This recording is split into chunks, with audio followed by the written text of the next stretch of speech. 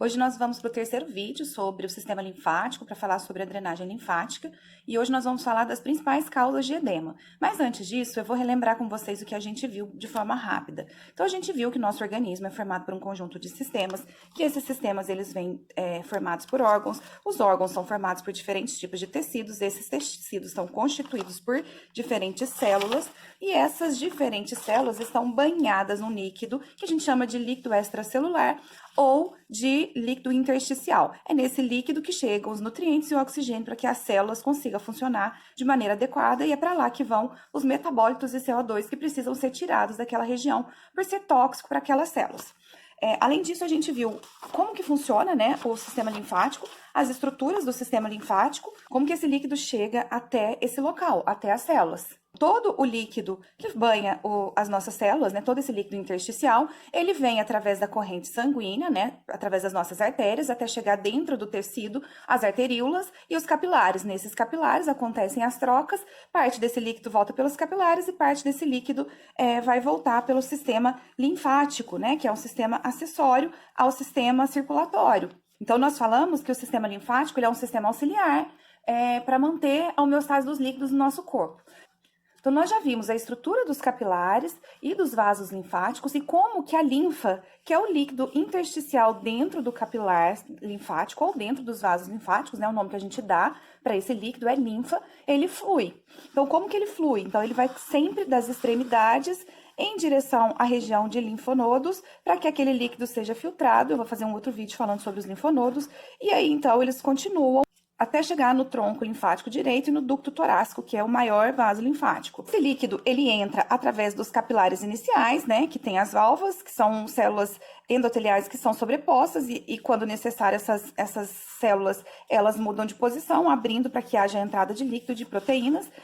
Depois dos capilares, esses líquidos eles vão para os pré-coletores, que já apresentam as válvulazinhas e já tem células musculares. À medida que esse tecido recebe líquido, ele distende a parede e com essa distensão acontece a compressão, que vai jogando o líquido para segmentos superiores. E assim, esse líquido consegue ir caminhando até desembocar onde ele precisa, aqui na região próxima ao coração, para se misturar com o sangue. Lembrando, então, que o sistema linfático é um sistema de mão única que sempre vai levar o líquido, o excesso do líquido de toda a superfície do corpo de volta para a circulação sanguínea. Depois de ter recordado sobre o sistema linfático, vamos ver agora as causas dos edemas, como que os edemas são formados. Então, lembrando que o edema nada mais é do que um excesso de líquido no espaço intersticial, seja ele de qual região for do corpo, ou então de forma generalizada, no corpo todo. Falando mais uma vez, a gente tem o sangue arterial que vai nutrir os tecidos através de extravasamento de líquidos para os tecidos. Esses líquidos vão ser retirados grande parte pelos capilares com retorno venoso e parte pelo sistema linfático.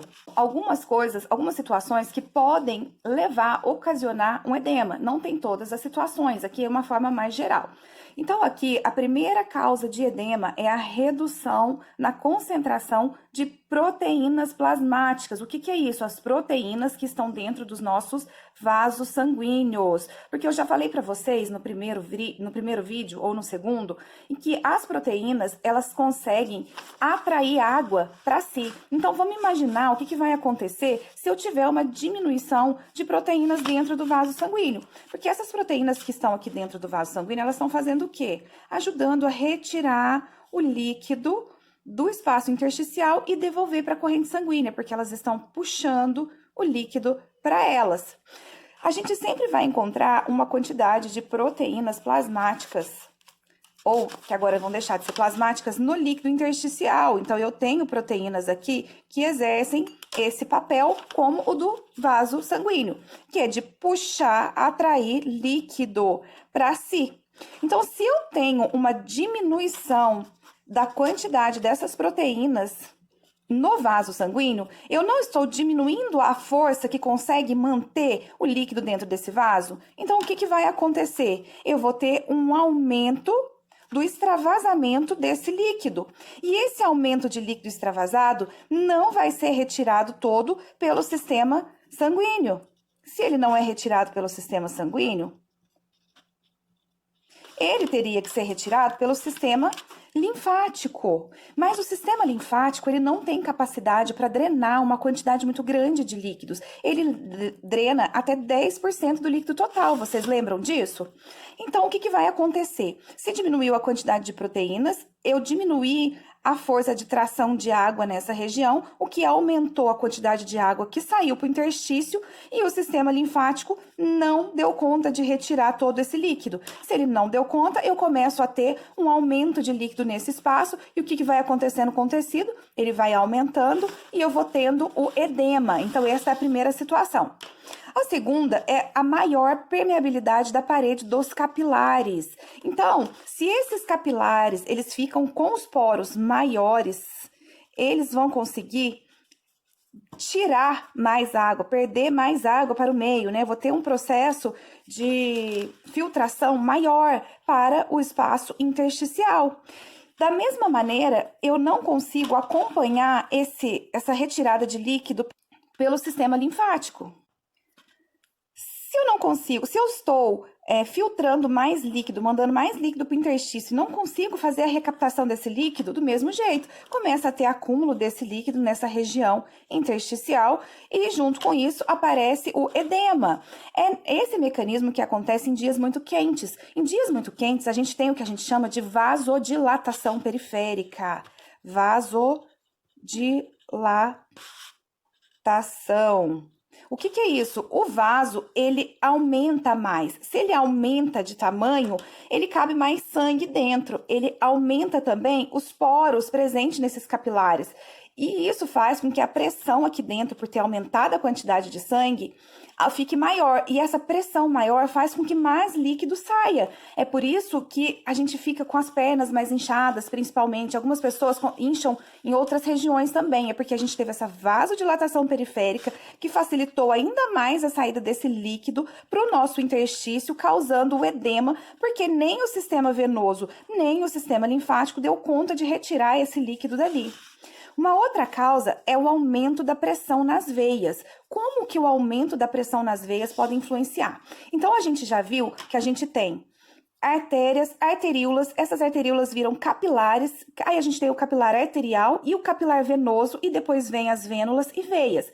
Bom, então o fluxo do sangue é sempre nesse sentido. Correto?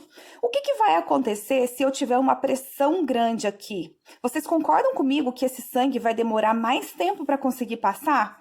Se ele vai demorar mais tempo para conseguir passar e tá chegando líquido na mesma velocidade, o que está acontecendo com o líquido? Ele está acumulando no capilar, nos capilares. Esse acúmulo de líquido nos capilares aumenta a pressão dentro do capilar e faz com que esse capilar também filtre mais. Eu vou ter um aumento do processo de filtração. Então, eu tenho um aumento de líquido intersticial que não consegue ser drenado de todo, não consegue ser todo drenado nem pelo sistema de recaptação dos capilares sanguíneos, nem pelo sistema linfático. E por último, nós temos as alterações no funcionamento do sistema linfático. Aqui a gente pode ter problemas nas válvulas, a gente pode ter entupimento, como acontece, por exemplo, na elefantíase, né, que é a filariose, e outras situações em que deixa o sistema linfático mais lento. Então, isso vai fazer com que esses 10% de líquido que não são retirados pelos vasos, que não são retirados pelos capilares sanguíneos, fiquem mais acumulados nesse interstício, causando o edema. Então, gente, vocês podem perceber que o edema, ele é multifatorial. Então, tem várias situações que podem causar um edema. E é difícil a gente saber exatamente qual é o tipo de edema que você tem. Por isso é importante, quem sofre com muito edema, procurar sempre um médico para tentar descobrir. E fazer a drenagem, porque a drenagem, ela ajuda a acelerar o sistema linfático, ajuda a retirar as proteínas em excesso que estão no líquido intersticial, puxando água para aquele líquido, porque é só através do sistema linfático que essas proteínas conseguem ser devolvidas para a corrente sanguínea. Então, no próximo vídeo, eu vou falar um pouquinho sobre velocidade da linfa, sobre a ação dos linfonodos, porque que não adianta fazer drenagem com movimentos rápidos, que o fluxo linfático não acompanha. Então, não perca o próximo vídeo.